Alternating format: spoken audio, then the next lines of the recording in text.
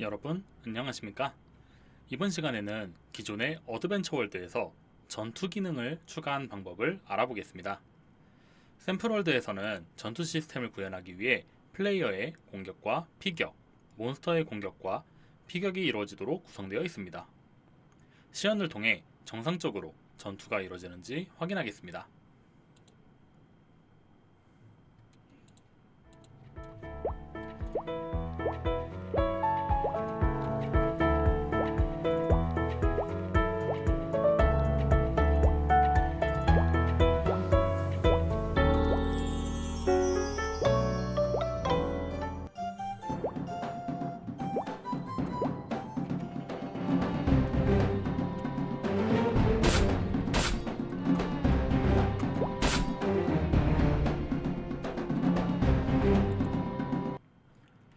보시는 것처럼 플레이어 캐릭터가 공격을 가하거나 플레이어가 피격당하는 등 전투가 이루어지는 모습을 확인할 수 있습니다.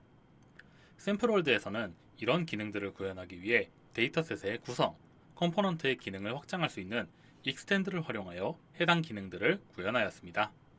그럼 어떻게 구현했는지 함께 알아보겠습니다.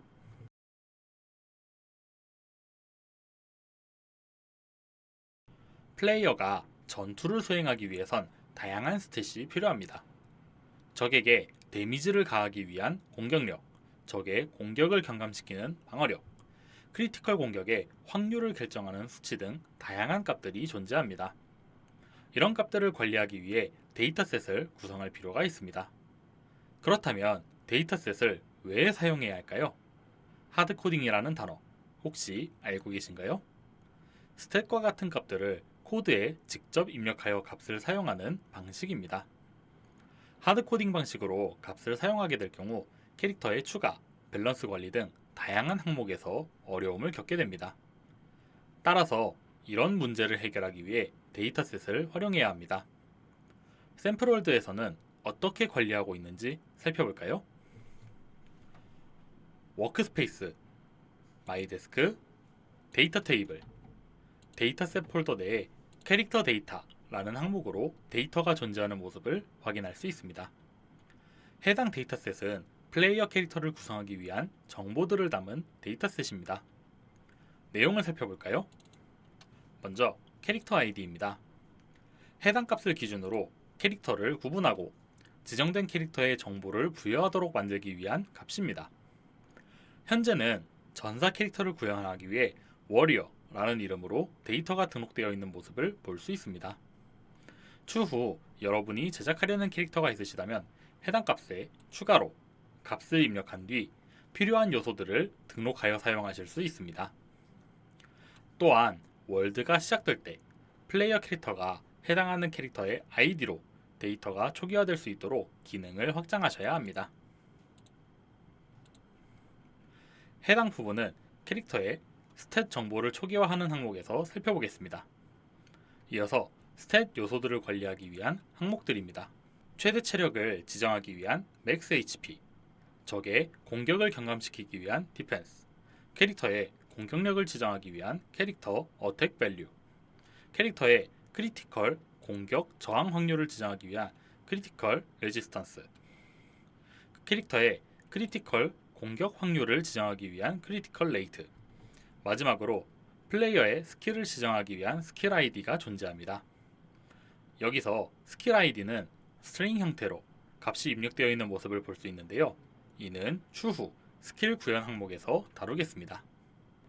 데이터셋이 준비되었으니 이어서 struct type 스크립트를 통해 스택과 관련된 요소들을 관리할 수 있도록 내용을 작성했습니다. 샘플월드에서는 stat 데이터와 캐릭터의 정보 전체를 관리하기 위해 캐릭터 데이터를 사용하고 있습니다.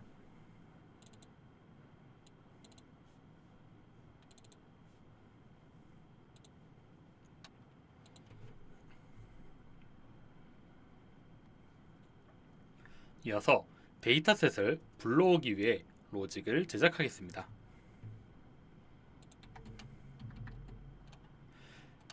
샘플월드에서는 캐릭터 데이터 로직이 데이터셋을 불러오는 역할을 수행하고 있습니다. 내부 스크립트를 살펴보겠습니다. 캐릭터의 정보를 담기 위한 캐릭터 데이터가 테이블 형태로 선언이 되어 있습니다. 또한 init 캐릭터 데이터를 통해 앞서 제작한 캐릭터 데이터를 가져옵니다. 마지막으로 필요할 때 get 캐릭터 데이터 by 캐릭터 아이디를 통해 원하는 캐릭터의 정보를 제공하도록 기능이 구성되어 있습니다. 이어서 플레이어 스탯 컴포넌트를 살펴보겠습니다.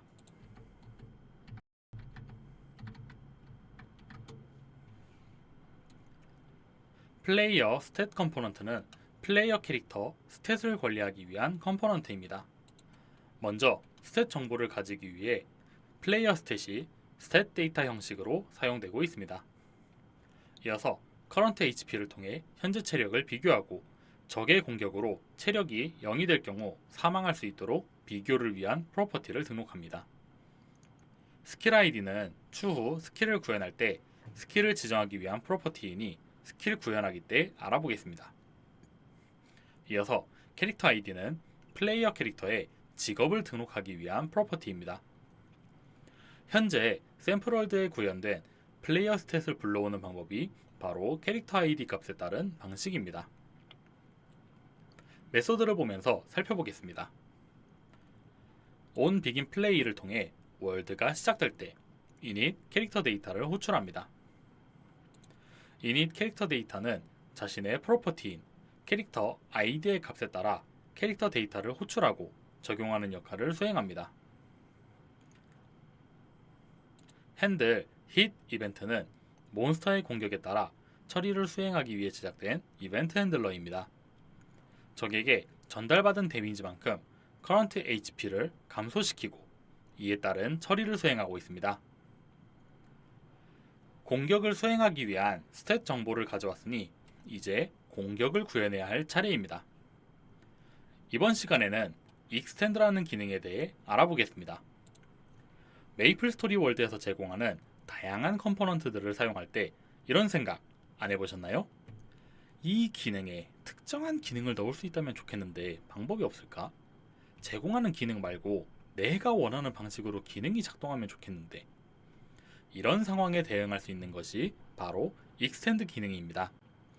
extend는 메이플스토리 월드가 제공하는 컴포넌트, 로직 등 다양한 스크립트에서 기능을 확장하고 싶을 때 사용할 수 있는 기능입니다. 공격 기능을 구현하기 위해 메이플스토리 월드가 제공하는 컴포넌트로 어택 컴포넌트가 존재합니다. 워크스페이스에서 검색된 어택 컴포넌트를 마우스 우클릭한 뒤 extend를 클릭하겠습니다. 새로운 컴포넌트가 생성된 모습 보이시나요? 생성된 컴포넌트의 이름을 변경한 뒤 내용을 살펴보겠습니다.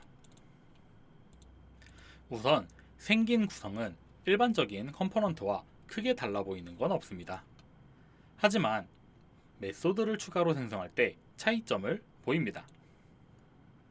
오버라이더블 메소드라는 항목 보이시나요? 익스텐드를 한 컴포넌트 또는 로직의 메소드를 새롭게 정의할 수 있도록 기능이 구성되어 있습니다. 어택 컴포넌트에서 사용하는 calc critical, calc damage, get critical damage rate 등 공격과 관련된 메소드들을 새롭게 정의할 수 있습니다. 예시를 위해 on attack을 가져오겠습니다. on attack을 추가하니 언더바 베이스 on attack defender라는 내용이 작성된 on attack을 볼 수 있습니다. 이렇게 extend로 제작한 스크립트에서 제작된 메소드를 가져올 경우 베이스라는 코드가 존재하게 됩니다. 베이스는 extend로 가져온 스크립트에 메소드를 사용하겠다는 의미입니다. 어택 컴포넌트에서 처리하는 on attack의 기능이 불만족스러울 경우 베이스를 삭제한 뒤 여러분이 구현하고 싶은 기능을 작성하여 사용할 수 있습니다. extend의 원리를 기억하신 상태로 플레이어 어택 컴포넌트를 살펴보겠습니다. 먼저 프로퍼티입니다. using 스킬 아이디는 플레이어가 사용하는 스킬의 아이디를 저장하기 위한 프로퍼티입니다. is skill playing은 스킬이 실행되는 도중 중복 사용을 막기 위한 프로퍼티입니다. 애니메이션 핸들러는 플레이어 캐릭터의 애니메이션 재생 종료를 감지하는 이벤트를 등록하기 위한 프로퍼티입니다. 마지막으로 Current Skill Value는 현재 스킬의 데미지 상승량을 저장하기 위한 프로퍼티입니다. 우선 공격을 수행하기 위해 기능 할당을 시작하겠습니다. 이벤트 핸들러에 있는 플레이어 액션 이벤트는 플레이어 캐릭터의 상태를 감지하는 이벤트입니다. 전달받는 이벤트에서 액션 네임이 공격인 어택인 경우 기본 공격을 수행하도록 기능을 구성했습니다. 이어서 기본 공격을 수행하기 위해 어택 노말이라는 메소드를 살펴보겠습니다. 어택 노말은 기본 공격을 수행하기 위한 처리를 수행합니다. 먼저 공격 범위를 지정하기 위해 어택 사이즈를 지정합니다. 그 후 플레이어의 위치와 바라보고 있는 방향을 중심점으로 설정한 뒤 범위 내 몬스터라는 콜리전 그룹을 가진 엔티티에게 어택을 실행합니다. 어택 명령을 실행할 시 onAttack 메소드가 사용됩니다.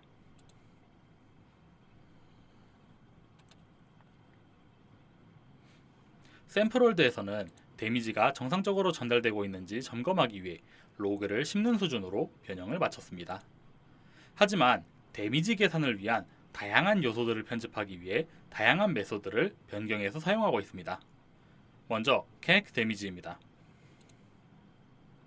캐릭 데미지는 데미지 연산을 수행할 때 공격 방식이 스킬인지 일반 공격인지에 따라 다른 계산식을 수행할 수 있도록 기능을 구현했습니다. 캐릭 크리티컬은 수행한 공격이 크리티컬 데미지를 입히는 공격인지 확률을 계산한 뒤 결과를 반환하는 역할을 수행합니다. 공격 대상과 피격 대상의 크리티컬 확률과 저항률을 비교한 뒤 확률 연산을 수행하도록 기능이 구현되어 있습니다. 변경은 수행하지 않았으나 get critical damage rate 라는 메소드도 존재합니다. 크리티컬 공격일 때 데미지의 배율을 설정할 수 있으며 기본은 공격력의 2배를 사용하고 있습니다.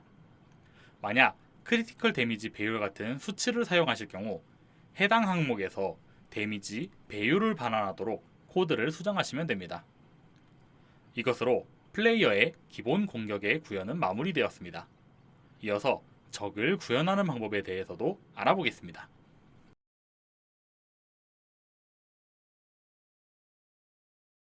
이번에는 적 엔티티를 구현하는 방법에 대해 알아보겠습니다. 샘플월드에서는 프리셋 리스트에 있는 프리셋을 활용하여 제작을 진행했습니다. 또한 샘플월드에서 사용한 몬스터의 모델은 워크스페이스의 모델 폴더 내에 있으니 참고 부탁드립니다. 먼저 몬스터의 모델 구성을 살펴보겠습니다. 먼저 스테이트 애니메이션 컴포넌트입니다.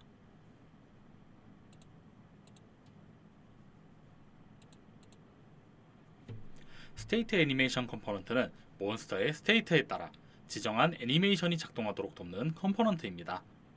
그렇다면 스테이트를 관리하는 컴포넌트가 필요하겠죠? 스테이트 컴포넌트가 스테이트를 관리합니다. 이어서 타일 맵에서 몬스터가 움직일 수 있도록 리지드 바디 컴포넌트, 무브먼트 컴포넌트를 사용하고 있습니다. 이어서 몬스터가 맵을 돌아다닐 수 있도록 AI 원더 컴포넌트를 사용하고 있습니다. AI 원더 컴포넌트 내부에서 업데이트 어서리티를 클라이언트로 해놓은 거 보이시나요? 샘플월드는 클라이언트 기반 동작으로 만들기 위해 업데이트 어서리티를 클라이언트로 설정했습니다. 또한 맵에 배치한 몬스터의 엔티티에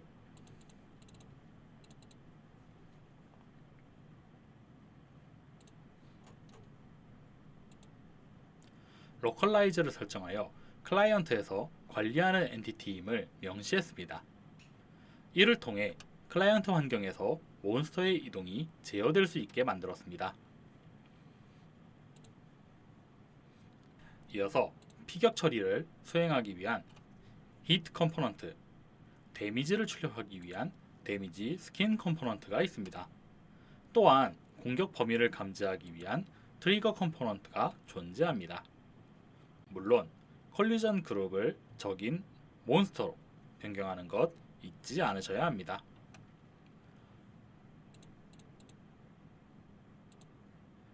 이어서 몬스터의 스탯과 공격을 관리하기 위해 몬스터 스탯 컴포넌트, 몬스터 어택 컴포넌트를 가지고 있습니다. 이번엔 컴포넌트의 내부를 먼저 살펴보겠습니다. 먼저 몬스터 스탯 컴포넌트입니다. 몬스터 스탯 컴포넌트는 몬스터의 스탯과 관련된 처리, 상태에 대한 처리, 피격 시 체력 연산의 역할을 수행합니다. 몬스터 스탯 항목은 이후 제작할 몬스터 데이터에서 가져온 스탯 요소를 저장하기 위한 프로퍼티입니다. 이어서 Current HP는 현재 몬스터의 남은 체력을 관리하기 위한 프로퍼티입니다. 애님 앤드 핸들러는 몬스터 애니메이션 이벤트를 관리하기 위한 프로퍼티입니다. 이 스탯은 현재 몬스터의 상태가 살아있는 상태인지 검증하기 위한 프로퍼티입니다. 마지막으로 몬스터 아이디는 해당 몬스터의 아이디 값을 저장하기 위한 프로퍼티입니다. 이어서 init 몬스터 데이터를 통해 몬스터 아이디를 기준으로 값을 가져옵니다. 핸들 힛 이벤트는 공격을 받았을 때 데미지의 처리와 사망 처리를 수행하고 있습니다. 마지막에 핸들 스프라이트 애님 플레이어 엔드 프레임 이벤트는 현재 몬스터의 상태가 데드이고 애니메이션의 재생이 마지막이라면 몬스터 엔티티를 비활성화하는 기능을 수행합니다. 이어서 데이터셋의 구성을 살펴보겠습니다. 몬스터 데이터의 구성은 단순합니다. 먼저 몬스터를 구분하기 위한 아이디인 몬스터 아이디, 최대 체력을 등록하기 위한 맥스 HP, 방어력을 등록하기 위한 디펜스, 크리티컬 공격 확률을 지정하기 위한 크리티컬 레이트, 크리티컬 저항력을 등록하기 위한 크리티컬 레지스턴스, 마지막으로 몬스터의 공격력을 지정하기 위한 캐릭터 어택 밸류로 구성되어 있습니다. 몬스터 아이디를 제외한 모든 요소는 앞서 제작했던 스탯 데이터가 가지고 있습니다. 이어서 데이터셋을 불러오기 위한 로직인 몬스터 데이터 로직을 살펴보겠습니다.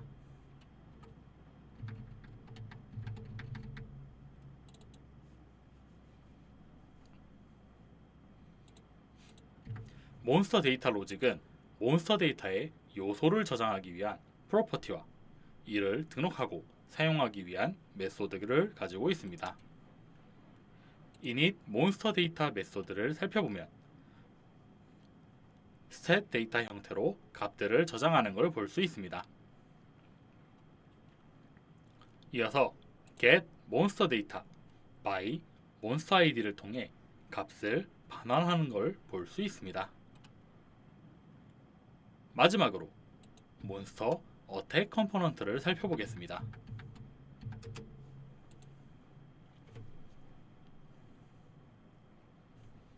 몬스터 어택 컴포넌트 역시 플레이어 어택 컴포넌트를 만들 때처럼 어택 컴포넌트를 익스텐드하여 만들었습니다.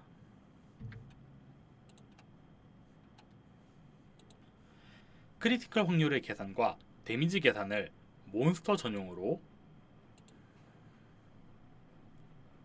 작동하도록 기능을 구성한 모습을 볼 수 있습니다. 공격을 실제로 수행하는 핸들 트리거 엔터 이벤트를 살펴보겠습니다. 충돌한 대상이 플레이어인지 검사를 수행합니다. 이어서 플레이어의 히트 컴포넌트에 온 히트를 실행시켜 데미지 계산을 수행하는 모습을 볼 수 있습니다. 이 방식을 활용하여 데미지 계산은 수행할 수 있지만 한 가지 문제가 존재합니다. 바로 플레이어가 충돌을 반복하지 않을 경우 데미지 연산이 수행되지 않는다는 문제입니다. 현재는 몬스터의 덩치에 맞춰 플레이어가 몬스터에게 접촉하면 데미지를 입습니다. 하지만 플레이어와 몬스터가 접촉하는 순간만 감지하기 때문에 일회성 데미지를 제공하게 됩니다. 따라서 여러분들이 해당 월드를 기반으로 확장하고자 하실 경우 공격의 방식에 대하여 변경하는 작업이 필요합니다. 플레이어가 공격 범위에 진입했다면 공격 대상으로 등록한 뒤 등록 대상이 닐이 아니라면 일정한 시간마다 공격하게 만드는 것 역시 방법입니다. 플레이어가 충돌 범위 밖으로 나가면 공격 대상을 해제하고 공격 범위에 들어왔다면 공격 대상으로 등록하는 등의 형태를 통해 공격을 만드실 수 있습니다. 아니면 공격 범위에 플레이어가 감지된다면 플레이어 어택 컴포넌트에서 기본 공격을 구현했던 것처럼 공격 범위를 지정하고 공격하게 만드는 것 역시 방법입니다. 혹은 몬스터가 투사체를 발사하여 플레이어를 공격할 수도 있을 겁니다. 공격을 구현하는 방식은 굉장히 다양한 방법이 있으니 여러분들이 생성하려는 몬스터의 특성을 살려 몬스터의 공격을 구현하시는 걸 권장드립니다.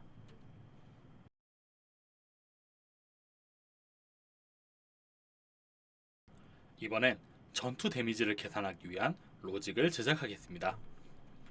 샘플월드에서는 데미지 캘크 로직이라는 이름으로 해당 기능을 구현했습니다. 이렇게 분리한 이유가 무엇일까요? 앞서 제작했던 어택 컴포넌트를 익스텐드 할 때 데미지를 계산하는 캘크 데미지 메소드가 있는 것을 확인했습니다. 그렇다면 캘크 데미지에 그냥 구현하면 해결될 일 아닐까요? 물론 그렇게 작업해도 괜찮습니다. 하지만 공격 컴포넌트가 많아질수록 이를 관리하기가 불편해집니다. 어택 컴포넌트의 종류가 많아진다면 각 컴포넌트마다 데미지 계산식을 입력해야 합니다. 그렇다면 데미지 계산에 영향을 미치는 변수가 추가된다면 어떤 일이 벌어질까요? 모든 컴포넌트를 찾아 데미지 계산식을 변경해야 하는 번거로움이 발생합니다. 이런 문제를 해결하기 위해 데미지의 계산만을 담당하는 로직을 제작하여 계산식의 수정을 편리하게 만드는 것이 목적입니다. 이제 구성을 살펴보겠습니다. 샘플월드에서는 크게 3개의 계산식을 사용하고 있는 모습을 볼 수 있습니다. 플레이어가 기본 공격을 수행할 때 사용하는 Calculate Normal Damage, 플레이어가 스킬 공격을 수행할 때 사용하는 Calculate Skill Damage, 마지막으로 몬스터가 플레이어를 공격할 때 사용하는 Calculate Monster Attack, 총 3개의 메소드를 사용하고 있습니다. 각 계산식은 다음과 같습니다. 기본 공격의 경우 캐릭터 데이터에 있는 캐릭터 어택 밸류의 값에서 몬스터의 디펜스 값을 뺀 결과를 반환합니다. 스킬 공격의 경우 캐릭터 데이터에 있는 캐릭터 어택 밸류에 스킬의 데미지 배율을 곱한 뒤 몬스터의 디펜스 값을 뺀 결과를 반환합니다. 몬스터 공격의 경우 몬스터의 캐릭터 어택 밸류에서 플레이어 캐릭터의 디펜스 값만큼 뺀 결과를 반환합니다. 다시 어택 컴포넌트들을 살펴보겠습니다.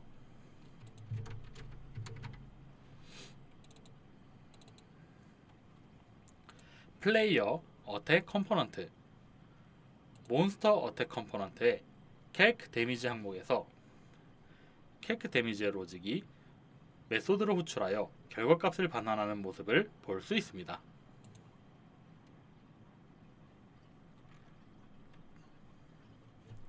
추후 여러분들이 샘플월드에서 값을 추가하거나 계산식의 수정이 필요할 경우 캘크 데미지 로직의 메소드를 변경, 추가하여 관리할 수 있는 모습을 볼 수 있습니다. 그렇다면 아직 만들지 않은 요소를 구현해야겠죠? 공격 스킬을 구현하겠습니다.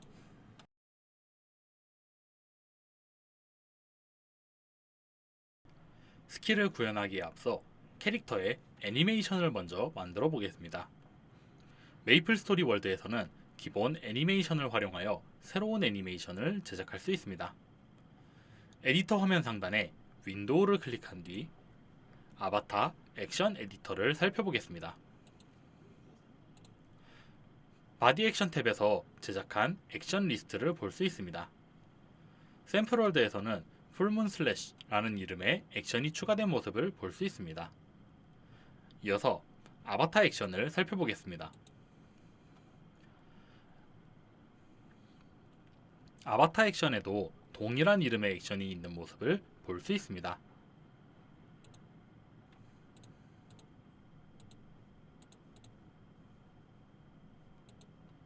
아바타 액션의 메뉴 중 플러스 버튼을 클릭하겠습니다.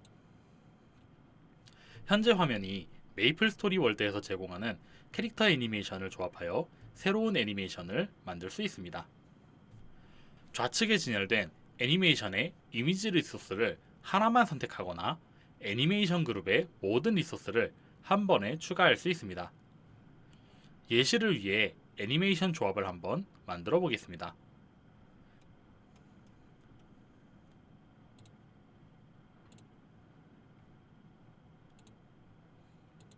총 3번의 배기 공격을 수행하는 애니메이션을 간단하게 제작했습니다. 애니메이션의 프레임마다 딜레이 값을 조정하여 각 프레임별 속도를 조정했습니다.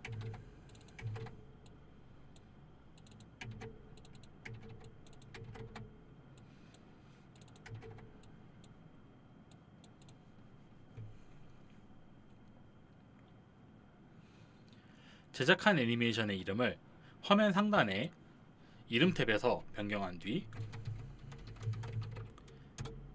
변경사항 저장을 클릭합니다.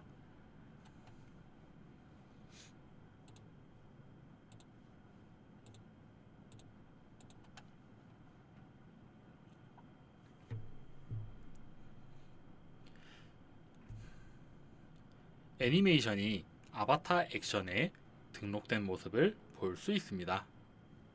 이제 편집한 애니메이션을 사용할 수 있도록 만들기 위해 바디 액션 등록을 진행하겠습니다. 바디 액션 탭의 좌측에 바디 액션 탭에서 플러스 버튼을 찾아 클릭한 뒤 새로운 바디 액션을 생성합니다.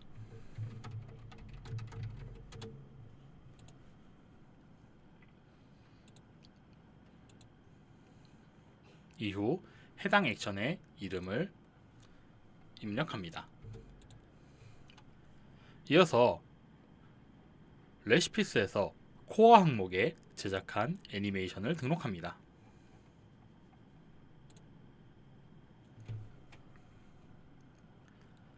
마지막으로 변경사항 저장을 눌러 애니메이션 사용 준비를 마칩니다.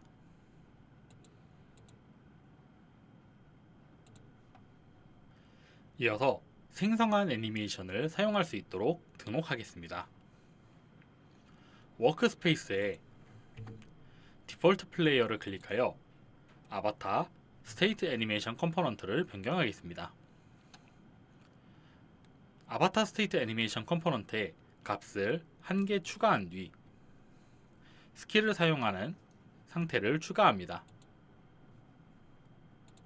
샘플월드에서는 풀문 슬래시라는 이름으로 추가를 진행했습니다.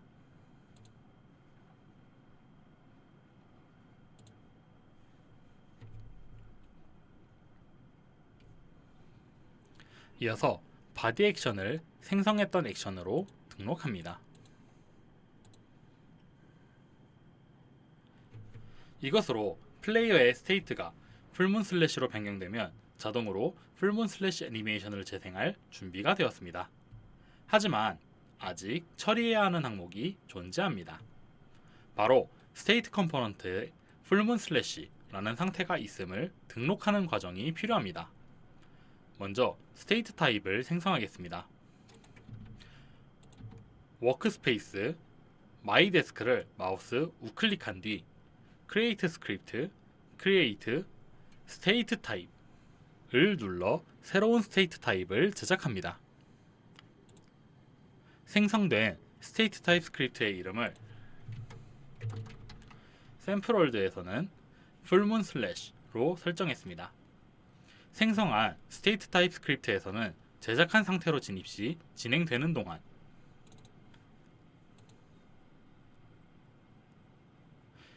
상태를 변경할 때 상태 변경 조건을 메소드에 선언하고 이를 제작할 수 있습니다.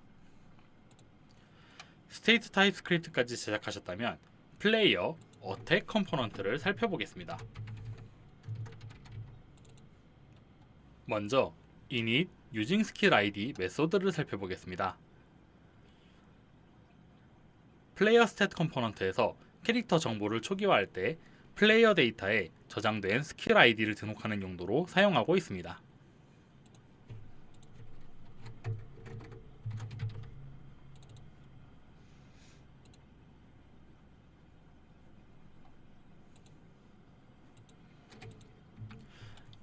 이어서 init 스킬 키를 통해 스킬을 등록하는 부분을 구현했습니다.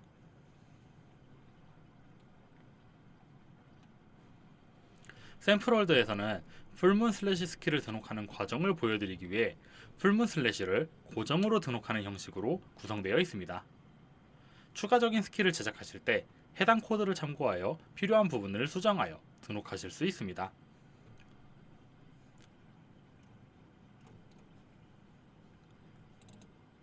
set 액션 키에서 어떤 키를 누르면 스킬이 작동하는지 등록합니다.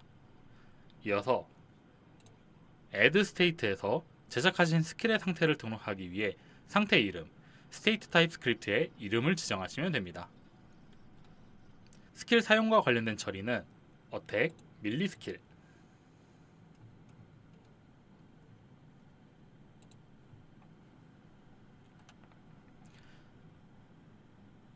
해당 메소드에서 처리를 진행하였습니다. 현재 상태가 아이들 또는 점프 상태일 때 스킬을 사용할 수 있으며 풀문 슬래시 스테이트가 등록되어 있을 때 스킬을 사용할 수 있습니다. 또한 스킬 데이터, 데이터셋에 등록되어 있는 범위에 맞춰 스킬의 공격 범위를 지정하고 위치를 선정하여 충돌 검사를 수행합니다. 마지막으로 스킬의 이펙트 출력을 위해 스킬 엑스큐션 로직에서 해당 기능을 수행하고 있습니다.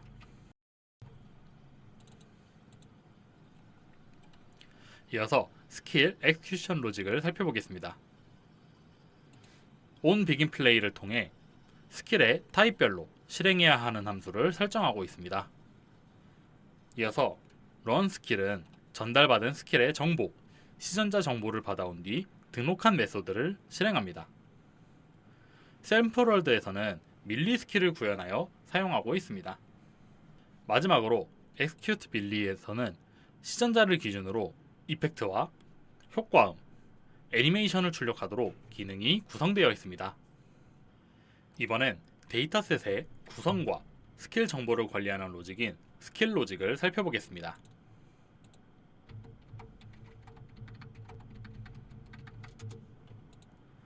먼저 스킬 아이디는 어떤 스킬인지 구분하기 위한 아이디로 사용하고 있습니다. 스킬 타입은 추후 다양한 스킬을 제작하게 될 경우 타입에 따라 작동 방식을 변경하실 수 있게 제작한 값입니다. 스킬 밸류는 플레이어 캐릭터의 캐릭터 어택 밸류를 기준으로 스킬 공격력 배율을 설정하기 위한 값입니다. 샘플월드에서는 2.5로 캐릭터 어택 밸류에 2.5를 곱한 결과값을 사용하도록 구성되어 있습니다. 이펙트는 스킬에 이펙트를 출력하기 위해 이펙트 ID 값을 등록하는 항목입니다. 이어서 타겟 레인지는 스킬의 범위를 지정하기 위해 X, Y의 값 순서대로 등록하여 사용합니다. 콜라이더 오프셋은 스킬의 범위를 플레이어 캐릭터 기준 얼마나 거리를 둘 것인지 X, Y의 값을 순서로 등록하여 사용합니다. 이어서 히트 이펙트 아이디는 적에게 스킬이 닿았을 때 피격 이펙트를 출력하기 위해 아트 리소스에 ID 값을 등록하기 위한 값입니다. 사운드 이펙트는 스킬 사용 시 출력해야 하는 효과음을 등록하기 위한 값입니다. 데이터셋의 준비가 되었으니 데이터셋에 맞춰 struct type 스크립트를 작성합니다.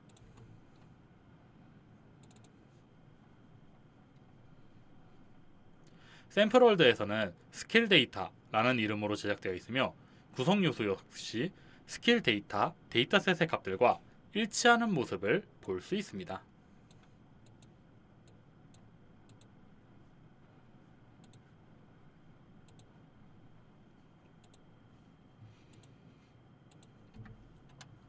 마지막으로 데이터셋을 등록하여 사용할 수 있도록 스킬 로직을 제작한 뒤 데이터셋을 등록하고 사용하고 있습니다.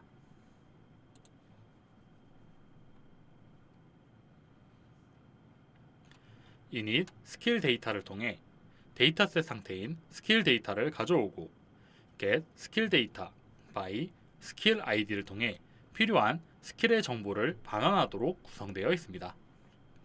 이것으로 스킬의 구현이 마무리되었습니다. 하지만 샘플월드에서 제공드리는 전투의 방식은 절대적이며 완벽한 방식은 절대 아닙니다. 그 이유와 어떻게 개선하면 좋을지 이러한 내용들을 다뤄보겠습니다. 여러분들이 월드를 개발하면서 전투 기능을 만들게 될 경우 다양한 요소들을 고려하게 됩니다. 대표적인 예시를 들어볼까요? 적이 방어력을 가지고 있다면 방어력을 무시하는 방어력 무시 효과, 스킬 이외에도 적용될 수 있는 상태 이상 효과, 스킬 형식이 아니지만 플레이어의 데미지에 영향을 미치는 패시브 스킬 등 다양한 요소들이 전투에 포함되게 됩니다. 샘플월드에서는 데미지를 가하거나 입는 정도에서만 기능이 구현되어 있습니다. 여러분들이 제작하려는 월드의 방향성에 따라 기능에 따라 전투 시스템을 대대적으로 개선하거나 추가하는 형식으로 작업을 진행하셔야 합니다. 또한 캐릭터의 상태 관리 역시 정립하셔야 합니다. 현재는 기본 상태와 점프 상태일 때 스킬을 사용할 수 있습니다. 하지만 이동 상태일 때, 특정 스킬을 사용 중일 때 등 다양한 상황에서 스킬을 사용할 수 있을 겁니다. 몬스터의 공격 역시 충돌 순간만을 감지하는 방식이 아닌 공격을 수행할 수 있도록 기능들이 구성되어야 합니다. 혹은 보스 몬스터를 구성하여 특수한 공격을 수행할 수 있을 겁니다. 샘플월드를 통해서 확장을 시도하면 좋을 요소들이 무엇이 있는지 가볍게 소개드리겠습니다. 해당 항목들을 참고하여 샘플월드를 확장하시거나 여러분들이 월드를 제작하실 때 해당 부분도 고려하여 작업을 진행하신다면 좋을 것 같습니다. 먼저 플레이어의 상태 제어 시스템 만들기입니다. 현재는 플레이어의 상태에 따라 스킬 사용 가능을 체크하고 있습니다. 해당 방식보다는 플레이어의 현재 상태에 따라 다른 키 입력을 일시적으로 제한하는 등 상태에 따른 행동 제어 시스템을 추가하시는 걸 권장드립니다. 플레이어가 이동하고 있는 도중에 스킬을 사용하지 못하거나 스킬을 제한 없이 사용하는 등 비정상적인 조작감, 밸런스 파괴 요소는 플레이어에게 불쾌한 감정을 남기게 됩니다. 따라서 각 행동마다 어떤 조건으로 행동을 수행할 것인지, 해당 상태에서 수행할 수 없는 행동은 무엇인지, 이를 어떤 방식으로 처리할 것인지 고민하고 설계하셔야 합니다. 이어서 스킬의 방식 역시 키를 고정적으로 할당하는 방식이 아닌 사용자에게 선택권을 제공할 수 있는 형태로 기능을 구성하는 걸 권장드립니다. 샘플월드에서는 플레이어 어택 컴포넌트의 init 스킬 키에서 set 액션 키를 통해 기능을 할당하는 모습을 볼 수 있습니다. 해당 부분을 활용하여 키 할당 기능을 제작하실 수 있습니다.